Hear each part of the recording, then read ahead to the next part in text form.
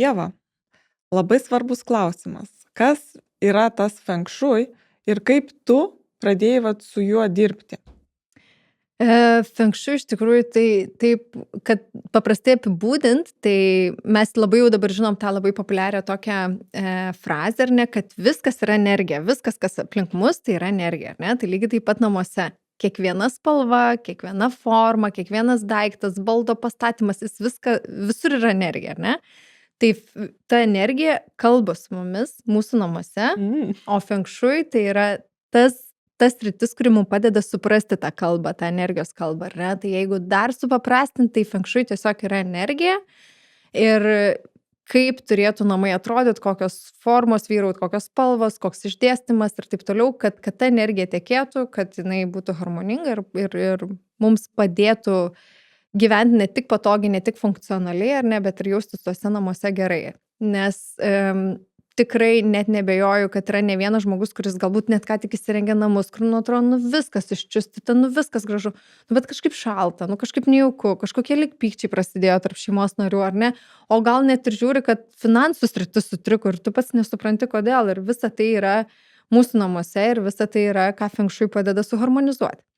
Tai kaip feng shui atėjo į mano gyvenimą, tai lygiai iš to pačio poreikio, kad atsakyti klausimą, kad ar tikrai namai, kuriuose mes praleidžiam šitiek laiko, į kuriuos mes grįžtam galbūt po labai sunkių dienų, po kažkokių konfliktų, po kažkokių išgyvenimų arba šiaip po kažko labai džiaugsmingo, laimingo, mes praeinam į namus, mes ten praleidžiam didžiąją laiko dalį ir ar tikrai namai yra tik suderintos spalvos, tik funkcionaliai išplanuota virtuvė ir taip, man visą laiką tas klausimas buvo, čia kažkas turėtų būti daugiau. Namai turi būti kažkas daugiau, juk visa tai yra apie mus, ar ne tik apie mūsų vizualinį skonį ir vizualinius norus, bet ir apie tai, kokias emocijas mes ten patiriam. Tai Kaip energijos šaltinis iš esmės kažkoks. Jo, visiškai taip, nes namai gali mums padėti sureguliuoti tam tikras gyvenimo sritis ir feng shui yra apima 4 pagrindinės gyvenimo sritis, tai yra finansus, sveikatą, santykius ir vidinį augimą, tobulėjimą. Tai visi šitie dalykai gali būti taip suharmonizuoti ir veikti kaip tas laikrodukas namuose. Tai įnešus feng shui į interjero dizaino sritį man atsirado tokia didesnė prasmė daryti interjerus. Aišku, ne visiems žmonėms šis poreikis yra, ar ne visi žmonės žino apie feng shui. Ir tikrai nėra taisyklė, kad jeigu į mane kreipiasi žmonės su interjero dizaino paslaugai, kad aš būtinai piršiu jam feng shui ir dabar žinok, tu nenori, ta sofa stovės taip, ne kitaip, nes čia pagal feng shui. Tikrai to nedarau.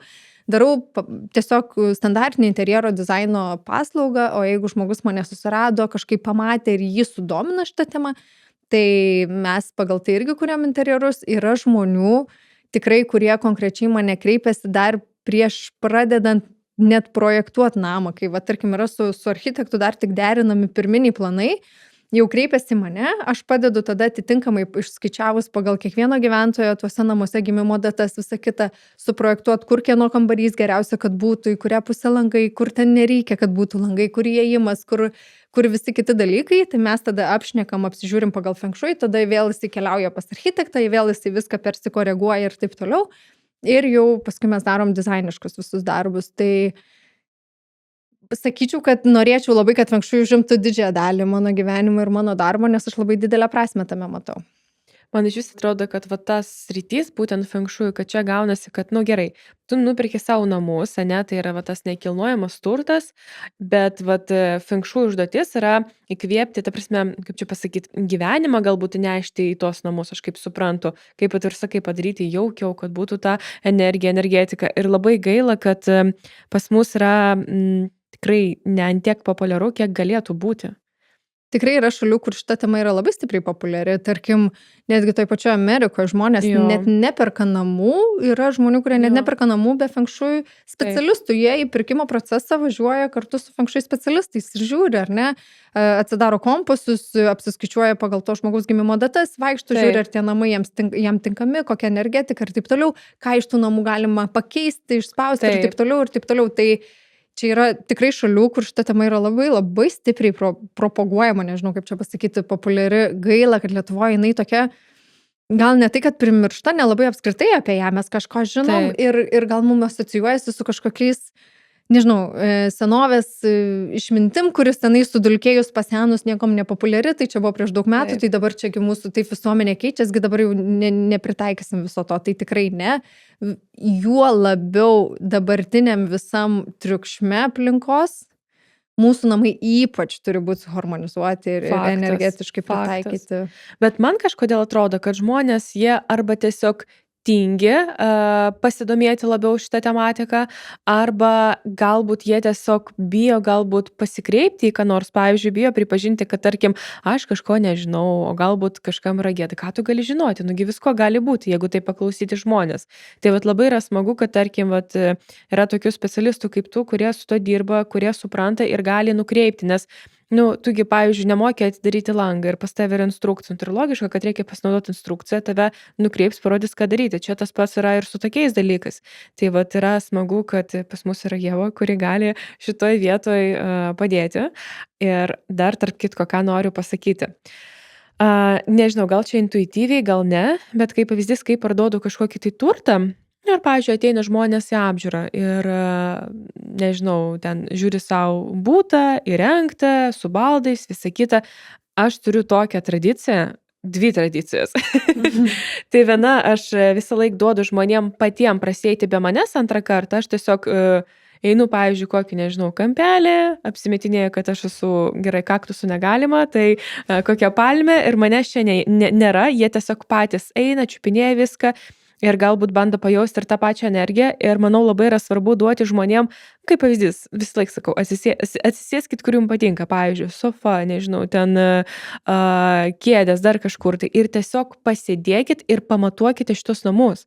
Ar jūs gerai jaučiatės, ar jūs jaučiat, pavyzdžiui, energetiką, kuri jums tinka, nes aš manau, tai labai irgi svarbu yra. Tai vat visą laiką reikia duoti žmonėm pajausti tą, nežinau, tą dalyką galbūt, kad jie suprastų, ar čia tikrai gali būti jų namai, nes kas iš to, jeigu tu nuperki, o šituose namuose nėra gyvenimo.